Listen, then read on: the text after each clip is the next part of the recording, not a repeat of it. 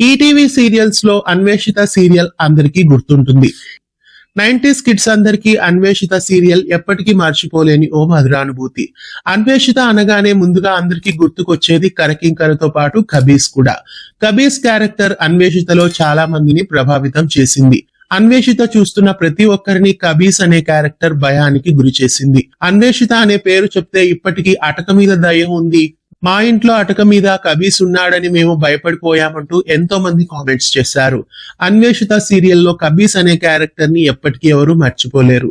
అయితే ఈ కబీస్ క్యారెక్టర్ లో యాక్ట్ చేసింది ఎవరు? ఇంతకీ కబీస్ క్యారెక్టర్ లో యాక్ట్ చేసిన వ్యక్తి ఇప్పుడు ఎక్కడున్నారు, ఎలా ఉన్నారు అనేది ఈ వీడియోలో మనం మాట్లాడుకుందాం. అన్వేషిత సీరియల్లో కబీస్ అనే క్యారెక్టర్ మస్తానమ్మ సృష్టిస్తుంది.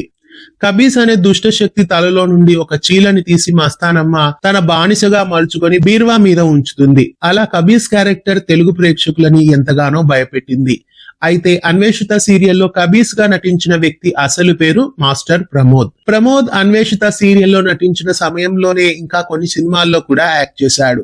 ఈటీవీ వాళ్ళ సొంత నిర్మాణ సంస్థ నుండి వచ్చిన చిత్రం సినిమాలో కూడా ప్రమోద్ యాక్ట్ చేశారు. ఉదయ్ కిరణ్ కి ఫ్రెండ్ గా ప్రమోద్ ఈ చిత్రంలో నటించారు. ఇంకా 7G బృందావన్ కాలనీ సినిమాలో కూడా రవికృష్ణకి స్నేహితుడిగా యాక్ట్ చేశాడు. ఇలా కొన్ని చిత్రాల్లో క్యారెక్టర్ ఆర్టిస్ట్ గా కూడా ప్రమోద్ యాక్ట్ చేశారు. అయితే ఇప్పుడు కబీస్ క్యారెక్టర్ లో యాక్ట్ చేసిన ప్రమోద్ ఏమయ్యాడు అనే విషయానికి వస్తే 2018వ సంవత్సరంలో హార్ట్ స్ట్రోక్ వలన కబీస్ క్యారెక్టర్ ను పోషించిన ప్రమోద్ చనిపోయారు. అది అందరికీ బాధాకరమైన విషయం. కబీస్ క్యారెక్టర్ లో నటించి తెలుగు ప్రేక్షకులందరికీ ఎంతగానో మెప్పించారు ప్రమోద్. అయితే ప్రమోద్ హార్ట్ స్ట్రోక్ వలన 2018లో చనిపోవడం జరిగింది.